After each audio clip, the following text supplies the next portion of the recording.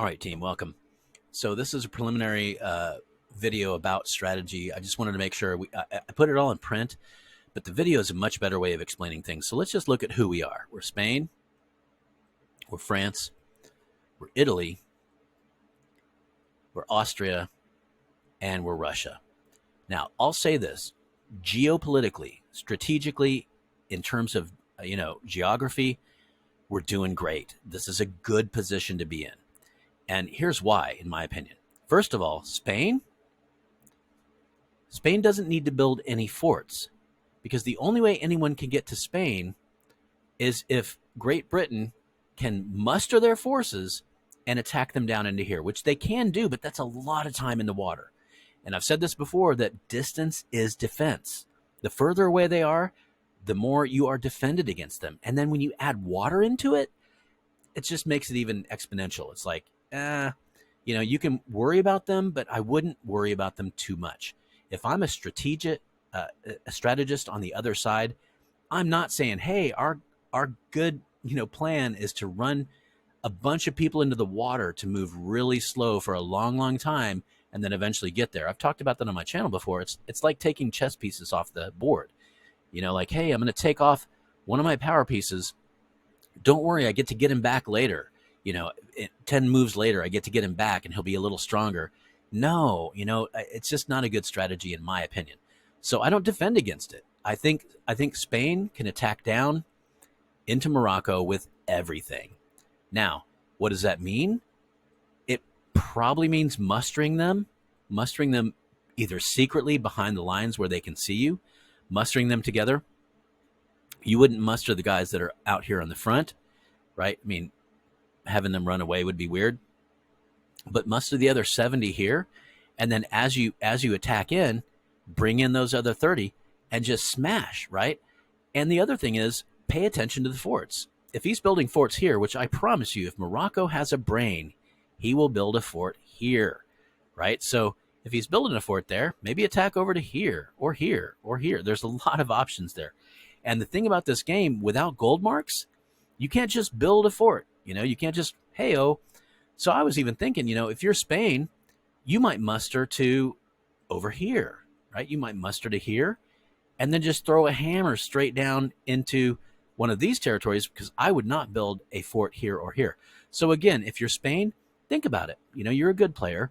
Think about where forts might be, where you might have to attack in. But the point is, and we learned this in that first game, don't just sit there. We have to attack, and we have to attack early. We're going to talk about that in just a minute. Now, the other cool thing is we do have Spain here, who's relatively safe, is that Italy is relatively safe. I mean, look at that. Ally here, ally here, ally here. The only enemy in the vicinity is over here, right? The Ottomans. So if I was Italy, I would build a fort here, and I'd stock it up good, maybe 30 guys. And then I'd send all 70 of the other guys down here. Again, watching out for forts. So what are we talking about? We're talking about 100 guys from Spain and 70 guys from Italy. That's 170 against 100 down here. It's almost 2-to-1 odds. And you're going to win, especially if you plan ahead. So here's what I'm saying is I need you guys to coordinate with each other. As you're attacking in Spain and Italy, you two need to be coordinating very closely. Now, here's the great thing is that I studied Spanish, and after studying Spanish for a while, I actually understood Italian. I was watching The Godfather, and I was like, hold on, he just said that old man. Like, I actually understood what they were saying because these are both fairly pure Romance languages. So what I'm trying to tell you is historically, Spain and Italy have very close ties. So you should be able to work together very, very well. So Spain and Italy, please reach out to each other in the game. As the captain, I'm kind of trying to get these big picture things, but it's going to be up to you as the generals on the field to reach out to each other and coordinate those attacks in. And to think about, too, where those forts are. That's super important. So I'm so much looking forward to this. It's going to be so much fun. So what do we have to look out for? Well, for one thing, I have an unruly border with Germany. So I'm going to have to be worrying about that. I have 1, 2, 3, 4 territories, and I can't build forts in all of them. Luckily, Russia is a friend over here, so I don't have to worry about building a fort here. But I do have to build a fort here because the Ottomans are enemies, and that is a adjacent territory.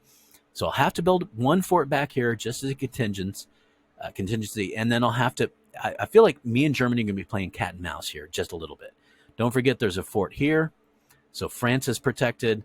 There's a fort here because France is going to have to square off just a little bit against Great Britain, right? And so what is France doing? France is putting a lot of power up here in the north because all Great Britain has to do, their only job is to either attack into Germany, who in this game is their friend, so they're not going to do that, or attack into France. So I'm thinking very seriously that in this game, Great Britain's whole thing is going to be attacking into France. So I've encouraged France early on, build a fort here. Definitely build a fort here against Germany. You always have to do that. I call that the hot gates. It's like 2 giant nations, and they share just one territory adjacent. So build a fort there for sure. I would definitely build a fort here. And then, it's up to you, France, if you want to build a fort here. Because I promise you that Great Britain is not your friend. He's not happy. He's going to attack down in there. I feel very strongly about that. Great Britain is a bully. So that's kind of France's thing. I feel like France is kind of holding steady. Now, France, if you think you can handle this, I would ask you to send 20 of your men down with Spain. If you do that, what you're doing is, remember, we had 100 from here, 100 from Spain. We had about 70 from Italy.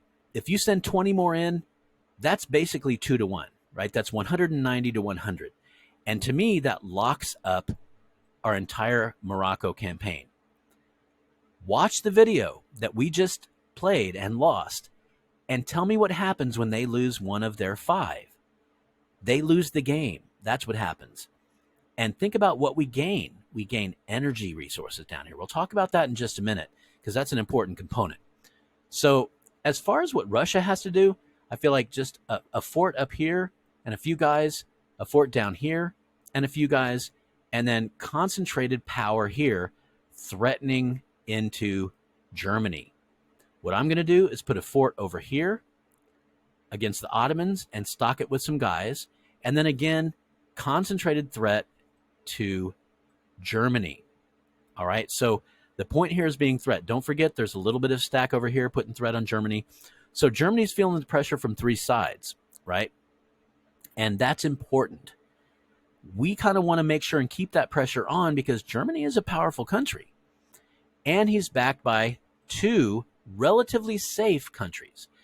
And Benaya's over there and Silver Star's over there. 2 really, really good strategic players. So my thing is, I don't know what the hell they're going to do. It's going to be dangerous. I worry about this triumvirate here. These are 3 countries that can work together and possibly, maybe even probably attack in together into me. But before they can do that, they've got to unify their forces here, and move them onto the mainland. That takes time. Meanwhile, I feel like Italy and Spain can crush Morocco early. You crush Morocco, it's going to take your attention, it's going to take your time, but when you're done with that, then you turn around and your armies come back up. And by the way, you are now supercharged with additional resources that you've been gathering from your captured territories, and you move on up with purpose and power.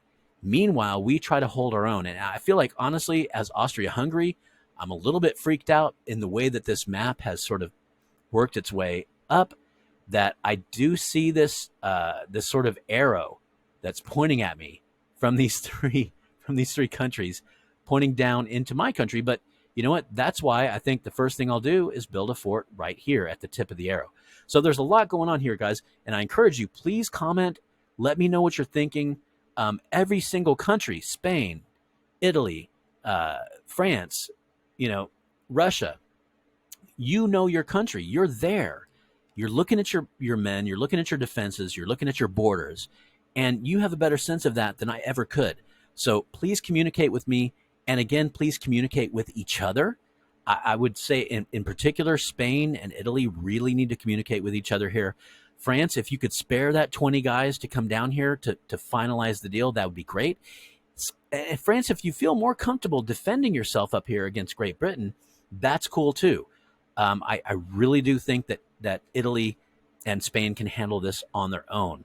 So that's going to be your call there, France. Frankly, I did this in an early video. Frankly, get it? France is they're the Franks. So, all right. Anyway, and as far as Russia goes, Russia is a good player. I've talked with him a little bit, and he knows what's what. He's going to defend his north and his south. That's crucially important, and I would say especially, dude. I have lost this a couple games in a row, and when that happens, they just run willy nilly through your backcountry. It hurts. It's not good. So he's going to defend against that stuff. His soft underbelly over here, and up here, there's so much distance between the roads. There's just long roads, and distance is defense in this game. There's no question about it.